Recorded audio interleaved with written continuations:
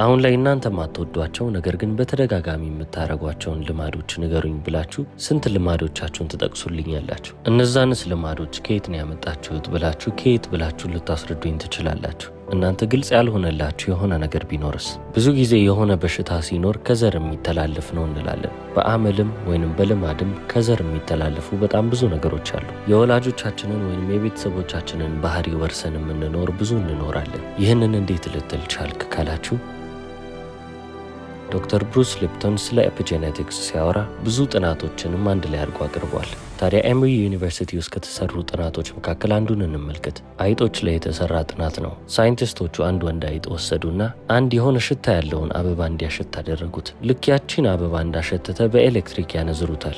አሁንም በንጋታው የወስዱትና ያቺን አበባ ካሸተተ በኋላ ያነዝሩታል። ጥቂት ቀናቶችን በዚህ ፕሮሰስ ውስጥ አሳለፉት። ስለዚህ አሁን ያ አይጥ ያንን አበባ ሽታ ባሰበ ቁጥር ህመምን በዛው ልክ ትዝ እያለ ይመጣል ማለት ነው። ሁለቱንም በአንዴ እንዲያስባቸው አረጉት። ታዲያ ያንን ወንድ አይጥ በዚህ ፕሮግራሚንግ ውስጥ ካሳለፉት በኋላ መልሰው ከሌሎች አይጦች ጋር ይቀላቅሉታል።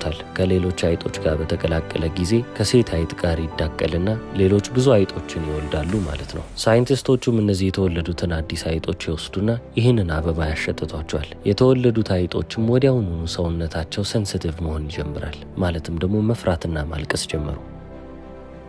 ታዲያ ይህ ኤክስፐሪመንት ምንድነው የሚያሳየው ካላችሁ መጀመሪያ ፕሮግራም የተደረገው አይጥ ልጆቹን ከወለደ በኋላ ያ ፕሮግራሚንግ ወደ ልጆቹ አልፈዋሉ ማለት ነው። እነዛ አይጦችም ምንም አይነት ንዝረት ሳይደርስባቸው ያቺን አበባ ባሸተቱ ጊዜ እነሱም መደንገጥና መፍራት ጀመሩ። የአባታቸውንም ስቃይ እየወረሱ መጡ ማለት ነው። ውርስ ማለት ይሄ ነው። አሁን እነሱ አይጦች ናቸው፣ እኛ ደግሞ ሰዎች ነን ብላችሁ ልትከራከሩም ትችላላችሁ። ብዙ ጊዜ ጥቁሮች ውሃ አይወዱም ሲባል ሰምታችሁ አታውቁም? አፍሪካን አሜሪካን በቃ ውሃ የሚባል ነገር ወይንም ውቅያኖስ፣ ባህር ዳርቻ እንደነዚህ አይነት ነገሮች እነሱን የሚያዝናናቸው ነገሮች አይደሉም ይባላል። ይህ ደግሞ ሰርፍ ማድረግንም ይጨምራል። ውሃ የተባለ ነገር ውስጥ ያለ ምንም አይነት አክቲቪቲ ለጥቁሮች ጥሩ አይደለም። አብዛኛው ጥቁር አይፈልግም። እንዴት ነው ይሄ እምነት እንደዚህ ስር ሰዶ እዚህ ድረስ ሊደርስ የቻለው ካላችሁ በባርነት ወቅት ጥቁሮች በሚነገዱበት ጊዜ ባሪያዎች ከአሰሪዎቻቸው ከገዢዎቻቸው እንዳያመልጡ በመባል ይህንን ውሃ በአይምሯቸው ውስጥ እንዲፈሩት አደረጓቸው። ብቸኛ ማምለጫቸው በውሃ ውስጥ ዋኝተው ማለፍ ነበረ።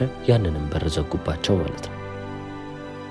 ይሄ ሂደት ቀላል አልነበረም። ስነ ልቦናዊና አካላዊ ጥቃት እየደረሰባቸውም ቢሆን ውሃ የተባለውን ነገር እንዲፈሩት አድርገዋቸዋል። ስለዚህ አሁን ጥቁሮቹ ውሃ ከፈሩ የትም ሊያመልጡ አይችሉም ማለት ነው። ባሪያዎቹም ይህ ውሃ ይገድለኛል ብለው ማሰባቸው የሚወልዱት ልጆች ላይ እየተጋባ እየተወረሰ የሄደ ጉዳይ ነው። ጥቁሮቹ ውሃ አይወዱም ሲባል ትላንትና የመጣ ነገር አይደለም፣ በፕሮግራሚንግ የመጣ ነው። ባህር ዳርቾች ጋር ብዙ ጊዜ ከተመለከታችሁ ሰርፍ የሚያደርጉት ነጮች ናቸው እንጂ ጥቁሮችን አትመለከቱ። ጥቁር ከውሃ ጋር አይቀልድም ይባላል። ይህ ቀልድ ሊመስል ይችላል፣ ነገር ግን ከበፊት ጀምሮ የነበረ ትራውማ ነው። እነዚህ ትራውማዎች የት ነው የሚቀመጡት ካላችሁ ሰብኮንሽስ ማይንዳችን ውስጥ ቦታ አላቸው። ጥሩ ነገሮችን ቢሆኑ መጥፎ ነገሮችን ቢሆኑ ከቤተሰቦቻችን የወረስናቸው ማንኛውም ነገሮች ሰብኮንሽስ ማይንዳችን ውስጥ ይቀመጣሉ።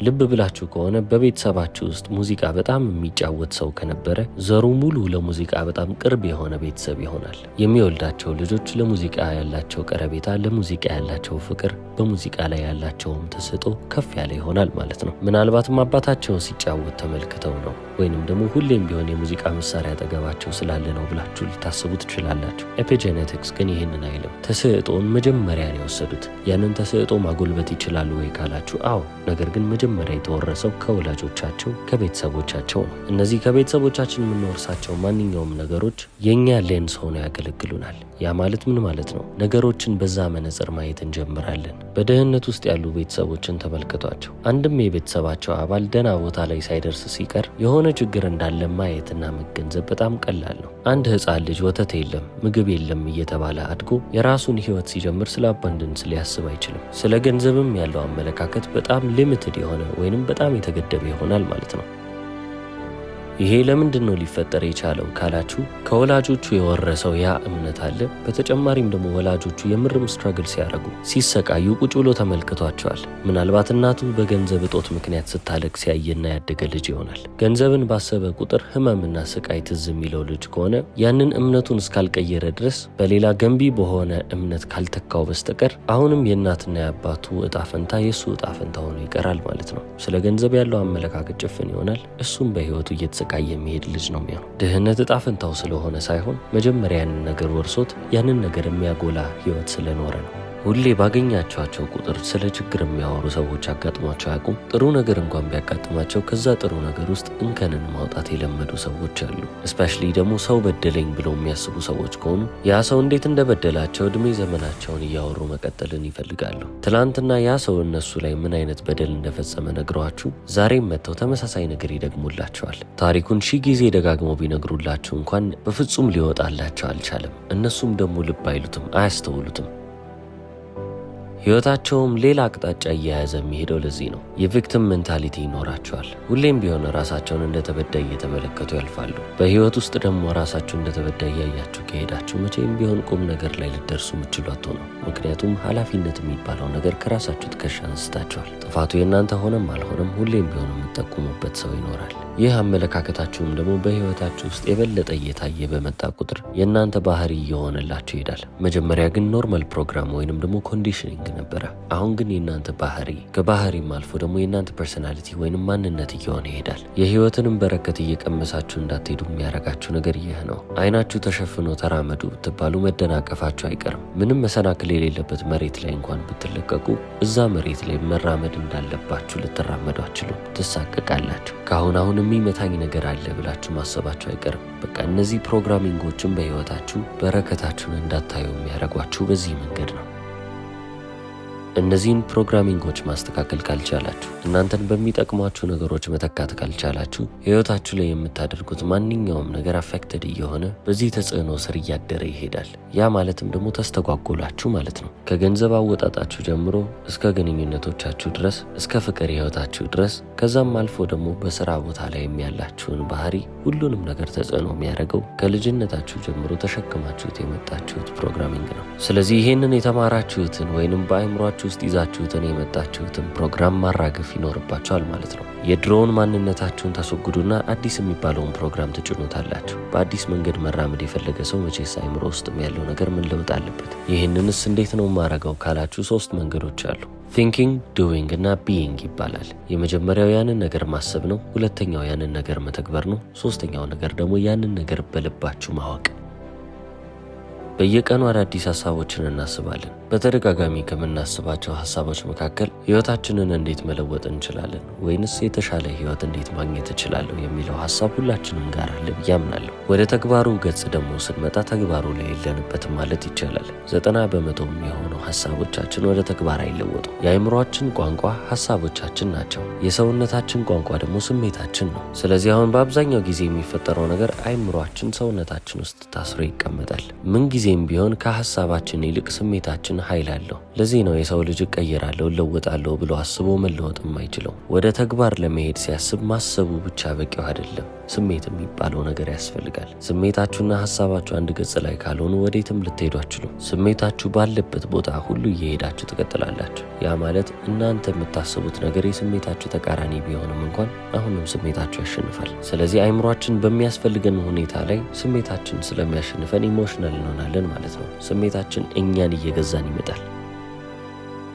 ለምሳሌ እናንተ በህይወታችሁ የምትፈልጉት ነገር አለ ልበል። ምናልባትም መልካም ትዳር ወይንም ደግሞ ፍቅር ያለበት ህይወት አሊያም ደግሞ ስኬት ሊሆን ይችላል። እነዚህን ነገሮች መፈለጋችሁ ጥሩ ነው። ነገር ግን ይህንን ነገር እውነታ ለማድረግ ምንድን ነው የሚያስፈልገኝ ካላችሁ መጀመሪያ አእምሯችሁ ውስጥ እየተፈጠረ ያለውን ነገር መገንዘብ አለባችሁ። አእምሯችሁ አሁን እዛ ቦታ ላይ እንዳትደርሱ እያረጋችሁ ነው። ያንንም የሚያደርገው ደግሞ አሁን በምታስቡት ሀሳብ ነው። ስለዚህ ያንን ሀሳብ ትለውጡታላችሁ በአዲስ ፕሮግራሚንግ። ያንን መሆን የምትፈልጉትን ሰው እንደሆናችሁ ሰው ያንን ገጽታ ያንን ማንነት እንደተላበሰ ሰው መሆን ይኖርባችኋል። በአእምሯችሁ ደረጃ ይህንን ነገር በደንብ ካወቃችሁ በኋላ ሰውነታችሁ ይህንን መልመድ አለበት ማለት ነው። ሰውነታችሁ ደግሞ እንዴት ነው የሚለምደው? የሰውነት ቋንቋ ስሜት ነው አላልኳችሁ? ስሜት የሚባለውንም ነገር ትጨምሩበታላችሁ። የሰው ልጅ በልቡ እንዳሰበው እንዲያው ይሆናል ይባላል አይደል? ስለዚህ የሁሉም ነገር መነሻ ሀሳብ እንደሆነ እናውቃለን። ነገር ግን ሀሳብ ብቻ በቂ አይደለም። ኢሞሽን ወይንም ስሜት የሚባለው ነገር ሲጨምር ያሰብነው ማንኛውም ነገር እውነታ ይሆናል። በባለፈው ቪዲዮ ላይ ሁሉም ሰው የእምነት ውጤት ነው ብያችኋለሁ። ህይወት ከባድ ነች ብላችሁ የምታስቡ ከሆነ የህይወትን ክብደት እያጣጣማችሁ የምትሄዱ ሰዎች ነው የምትሆኑት። ህይወት መቼም ቢሆን እናንተ ላይ እረፍት አይኖራትም። ሀሳባችሁ ምን ያህል ጠቃሚ እንደሆነ እንድታውቁት የሰው ልጅ በቀን ውስጥ ከ60 ሺህ እስከ 70 ሺህ ሀሳቦችን ያስባል። ከነዛ ሀሳቦች ውስጥ 99 በመቶ የሚሆነው ተመሳሳይ ሀሳብ ነው። ትላንት ያሰባችሁትን ነው ዛሬ የምትደግሙት። ታዲያ አሁን የሰው ልጅ የሀሳብ ውጤት ነው ካልን ሁሌም ቢሆን ተደጋጋሚ ሀሳብ እያሰባችሁ ነው። ስለዚህ ዕጣ ፈንታችሁ ያው ነው ማለት ነው። በህይወት የምታደርጓቸው ምርጫዎችም ሆነ ውሳኔዎችም የሚነሱት ከሀሳቦቻችሁ ነው። ሀሳቦቻችሁ ምርጫዎቻችሁን ያመጣሉ። ምርጫዎቻችሁ ወደ ባህሪ ይለወጣሉ። ባህሪያችሁ ደግሞ የእናንተን የህይወት ተሞክሮ ያመጣላችኋል። ያ ተሞክሮ ደግሞ ወደ እናንተ የሚያመጣላችሁ ስሜት አለ። እነዚህ የመጀመሪያ የነበሯችሁ ስሜቶች ደግሞ መልሰው ሀሳቦቻችሁን ያመነጩላችኋል ማለት ነው። ስለዚህ እዚህ አዙሪት ውስጥ ወይንም ደግሞ ሳይክል ውስጥ የምትቀሩት በዚህ ምክንያት ነው። የምታስቡበት መንገድ፣ የምትተገብሩበት መንገድ እና የሚሰማችሁ መንገድ የእናንተን ፐርሰናሊቲ ወይንም ማንነታችሁን እየሰራላችሁ ይሄዳል። ዶክተር ጆ ዲስፔንዛ አንድ የሚናገረው ነገር አለ። your personality creates your personal reality ይላል። የራሳችሁ ማንነት የራሴ የምትሉትን ማንነት ይሰራላችኋል እንደማለት ነው። ይህ ማለት ባጭሩ እስከ ዛሬ የምታስቡትን ነገር ማሰብ አለባችሁ፣ ያንንም ሀሳብ መቀየር አለባችሁ ነው ማለት ነው። መቼስ አሁን ላይ ህይወቴን ልቀይር እያላችሁ የምታስቡ ከሆነ አሁን ላይ ያላችሁ ህይወት ለራሳችሁ አጥጋቢ እንዳልሆነ አውቃችኋል። ይህ ማለት ምን ማለት ነው? እስከ ዛሬ እያሰባችሁ የመጣችኋቸው ሀሳቦች መለወጥ አለባቸው ማለት ነው። እነዛ ሀሳቦች ውስጥ ሊሚቲንግ ቢሊፎች ይኖራሉ። ራሳችሁን ገድባችሁ የያዛችሁበት በጣም ብዙ ሀሳብ ይኖራል ማለት ነው። እነዚህ ሀሳቦች ናቸው እናንተን ወደ ኋላ ህይወታችሁ እየጎተቷችሁ የሚያስቀሯችሁ። እናንተ የድሮውን ህይወት እያሰባችሁ እንድትኖሩ የሚያደርጓችሁ እነዚህ ቢሊፎች፣ እምነቶች ናቸው። የለውጥ ሁሉ መጀመሪያ አዌርነስ ነው። ግንዛቤ ሊኖራችሁ ይገባል። ኮንሽስ መሆን አለባችሁ። በእናንተ ውስጥ እየተፈጠረ ያለውን ድራማ ቁልጭ አድርጋችሁ ልትመለከቱ ይገባል። ብዙ ጊዜ ስለ ሜዲቴሽን ሲወራ ሰምታችሁ ይሆናል። ሜዲቴሽን ማለት ምን ማለት ነው ካላችሁ ራሳችሁን ከሀሳቦቻችሁ ወይንም ከሚፈጠሩት ከማንኛውም ነገሮች መነጠልና ራሳችሁን እንደ ሶስተኛ ሰው መመልከት ማለት ነው። ለምሳሌ አንድ ምሽት ላይ ከጓደኞቻችሁ ጋር አንድ ላይ ወጣችሁ በጣም ከመጠጣታችሁ የተነሳ እናንተ ሰከራችሁ። ያደረጋችሁትንም ነገር አታውቁም። በንጋታው ስትነሱ ጓደኞቻችሁ ምን ስታረጉ እንደነበረ በተጨማሪም ደግሞ ምን ስትሉ እንደነበረ ሲነግሯችሁ እኔ ይህንን አድርጌያለሁ እንዴ? አረ በፍጹም ብላችሁ ትክዱ ይሆናል። ነገር ግን ቢያንስ እነሱ ግንዛቤውን ሰጥተዋቸዋል። እናንተ ምንም የምታስታውሱት ነገር ባይኖርም እንኳን እነሱ ብዙ ነገር አድርጋቸዋል፣ ብዙ ነገር ተናግራቸዋል ብሎ የነገሯችሁ ነገር ስላለ ያንን ነገር ላለመድገም ነው የምታስቡት። ስለዚህ በቀጣይ ከጓደኞቻችሁ ጋር ልትዝናኑ ስትወጡ ራሳችሁን ሰብሰብ ያደረጋችሁ ትሆናላችሁ። ብትጠጡም አሰክሩም ማለት ነው። ስለዚህ አሁን ይህ ምን ይባላል? ሞዲፋይንግ ዩር ቢሄቪየር፣ ባህሪያችሁን ማሻሻል። በፊት የነበርኩበት ቦታ አለ፣ ያመጣሁትም ውጤት አለ፣ አሁን ግን እንደዛ አልሆንም ብላችሁ ራሳችሁን ሰበስባላችሁ። በሪያሊቲ ክሪኤሽን ውስጥም ተመሳሳዩን ነገር ነው የምታደርጉት። በፊት እንደዚህ አይነት ሀሳብ አስብ ነበር፣ አሁን ግን አውቄዋለሁ፣ ስለዚህ አላረገውም። ኮንሽስሊ የምትወስኑትን ውሳኔ፣ የምትመርጡትን ምርጫዎች፣ የምታስቧቸውን ሀሳቦች እየመረጣችሁ የምትለዩ መሆን አለባችሁ። አሁን ይህንንም ልታደርጉ ትችላላችሁ። ብዙ ሰዎች እዚህ ተግባር ውስጥ ሲመጡ አይቻለሁ። ለአብዛኛው ሰው በጣም ከባድ ቢሆንም ብዙ ሰዎችም ሲተገብሩ ተመልክተናል። ነገር ግን በጣም ከባድ ደግሞ እያደረገው የሚሄደው ነገር ሬፒቴሽን ወይንም ደግሞ ያንን ነገር በተደጋጋሚ ማድረግ ነው። በሀሳቦቻችን፣ በድሮ ታሪኮቻችን ወይንም ደግሞ ባለፈው የህይወት ተሞክሯችን ውስጥ ታስረን የምንቀር ሰዎች አለን። ስለዚህ ለመለወጥ ብለን አዲስ ሰው እንሆንና ከአንድ ሳምንት በኋላ የድሮ ፍሪኩዌንሲያችን እሱ በህይወት መቆየት ስለሚፈልግ ብቻ መልሶ እኛን ወደዛ ህይወት ውስጥ ለመመለስ ይጥራል። ያንንም የሚያደርገው እኛን ስሜታዊ በማድረግ ነው። ከተበሳጨን፣ ከተናደድን፣ በቀላሉ ስሜታዊ ከሆንን የድሮ ማንነታችን፣ የድሮ ህይወታችን እኛን እያሸነፈን ነው ማለት ነው። እዚህ ጉዞ ላይም ከመጣችሁ በኋላ የሚከብዳችሁ ነገር እናንተ እስከ ዛሬ ስትመርጡ የነበረውን ምርጫ ላለመምረጥ መወሰን ነው። መሰላቸታችሁ አይቀርም። የሆነ ሰዓት ላይ በቃኝ ማለታችሁም አይቀርም። ነገር ግን ወዲያውኑ ወደ ድሮ ማንነታችሁ ስትመለሱ ህይወታችሁም እንደማይለወጥ አመናችሁ ማለት ነው። ከእምነቶቻችሁ መካከል አንዱ እሱ ሆነ። ህይወት በትክክልም የምትፈትናችሁ የዛኔ ነው። በስሜቶቻችሁ የምትፈተኑ ሰዎች ትሆናላችሁ። አሁንም ወደ ድሮ ህይወታችሁ፣ ወደ ድሮ አስተሳሰባችሁ፣ ወደ ድሮ አመለካከታችሁ ተስባችሁ እንድትሄዱ ይፈልጋል። ማነው ይሄንን የሚፈልገው? የድሮ ማንነታችሁ ወይንም ደግሞ ኦልድ ፍሪኩዌንሲ እናንተ ውስጥ ፍጥረት ሆኗል ብያቸዋለሁ። ስለዚህ መኖርን ነው የሚፈልገው። እንደ ሰው ልጆች ደግሞ አሰራራችን አንፕሬዲክተብል የሆነ ነገር አንወድም። የማናውቀው ነገር፣ ያልገመትነው ነገር ከፊት ካለ ደስ አይለንም። ያንን ከምንመርጥ የምናውቀው ነገር ግን ህመም የሆነብንን ነገር ብንቀበል ይሻለናል። በዚህ ሰዓት ላይም ህመምን እኔ ለምጄዋለሁ ወይንም ደግሞ ህመም ለኔ ጥሩ ስሜት ያመጣል ብለን እናስብ ይሆናል። የምናውቀው ነገር ስለሆነ ጥሩ ነገር ነው ወይንም ደግሞ አስፈላጊ ነው ማለት አይደለም። በአጠቃላይ ጨዋታችሁ የሚሆነው በአይምሯችሁና በሰውነታችሁ መካከል ነው። አይምሯችሁ ለሰውነታችሁ ወደፊት ይህንን ነው የሚመስለው ብሎ ወደፊት የጠበቀውን ህይወት አሁን ላይ ሊያሳየው ይገባል። ያንንም የሚያደርገው በስሜት በኢሞሽን ነው። ያ ነገር እንደተፈጠረ አድርጋችሁ አሁን ኢማጂን ካረጋችሁ ስሜቱን ካመጣችሁት አይምሯችሁ ያ ነገር የምርም የተፈጠረ ይመስሏል። ስለዚህ ሰብኮንሽስ ማይንዳችሁን ኢምፕረስ አረጋችሁት ወይንም ማረካችሁት ማለት ነው። ለዚህ ነው ባለፈ ነገር መበሳጨት የለባችሁም የሚባለው። ላለፈ ነገር መበሳጨት ስትጀምሩ ብዙ ስሜቶች በውስጣችሁ ይረማምዳሉ። አይምሯችሁም ደግሞ ያ ነገር ድጋሚ በህይወታችሁ የተፈጠረ ይመስለዋል። ስለዚህ አሁንም እዛች ሳይክል ውስጥ እንድትቀሩ ያደርጋችኋል። ማንነታችሁን ቀይሩ። ከዛም ደግሞ የእናንተም የግል ህይወት እውነታችሁም ይለወጣል። እስከ መጨረሻው ስለተከታተላችሁ አመሰግናለሁ። ቻው።